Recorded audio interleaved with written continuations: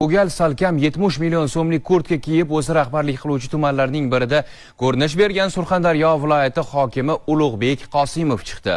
U Angor va Muzrabot tumanlarida bo'lib, bahorgi dala ishlarida foydalaniladigan texnikalarni ta'mirlash jarayoni bilan tanishgani aks etgan suratlarni hokimlik matbuot xizmati e'lon qilgan. Jarayonda u ana shu kiyimda ishtirok etgan va bu hammasi emas.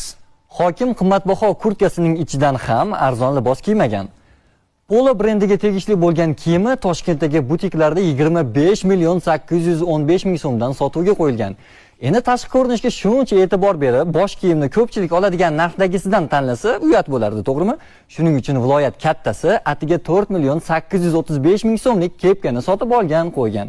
Birgina kepkaning puliga ayrimlar boshdan oyoq 2 martalab sarpo qilishi aniq.